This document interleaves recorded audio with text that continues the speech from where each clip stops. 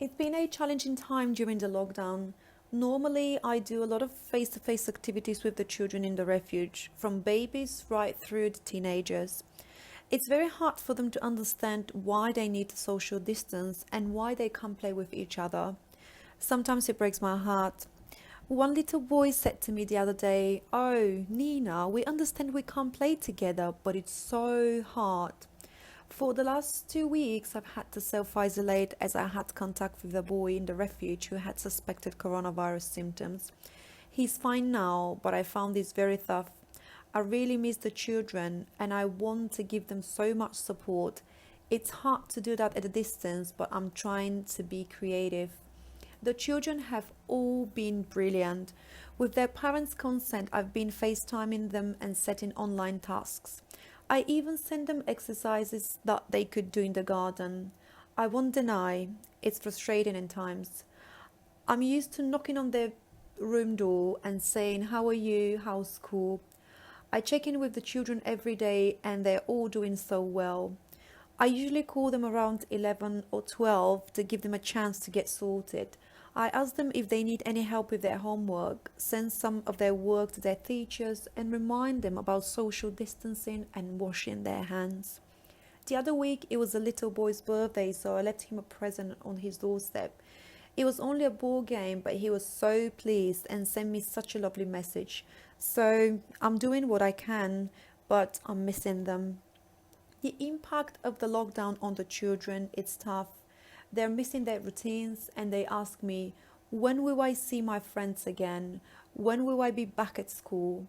Two of our families in one refuge have had to self isolate for 14 days and they were used to going for their walks once a day, so that's been very hard on them. When I call the children, they ask me, when will we have our activities back and when can I play with my friends in the house? A lot of the families are now staying in one room, and with the children being off school, they're finding it very tough, especially if they have a toddler and a teenager. The mums tells me that they really appreciate the teachers now. Some of our ladies were ready to move on to their new accommodation, and that's been delayed, so they're asking what will happen. One woman was so upset as she thought she would be out on the street until I reassured her that she has a home with us until she can move to her new flat. They're so grateful for our support, and I had not been able to give them all the answers. I think the uncertainty is very hard for everyone. The women also miss their social time. They used to doing things with other women, meeting for coffee, going shopping. Now with the children home, they have no time for themselves. It was lovely the other day when two ladies put their chairs 3 meters apart and sat and chatted with a cup of tea for a short while. That moment meant so much to them. We're doing as much for the women as we can. We are arranging for them to get medicine and food. They were shocked when they saw that the food shops were so empty a few weeks ago, but it's getting better now. What's great is that all the children and family workers are really pulling together. We've been planning lots of things the children can do for Easter, and staff in the refuge have left bundles of coloured paper, card, tissue, and their doors so they can make things.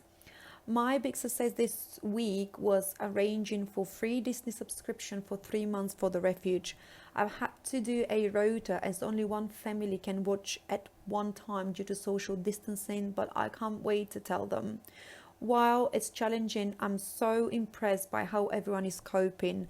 They're being so positive and understanding. They know we're all trying to do our best.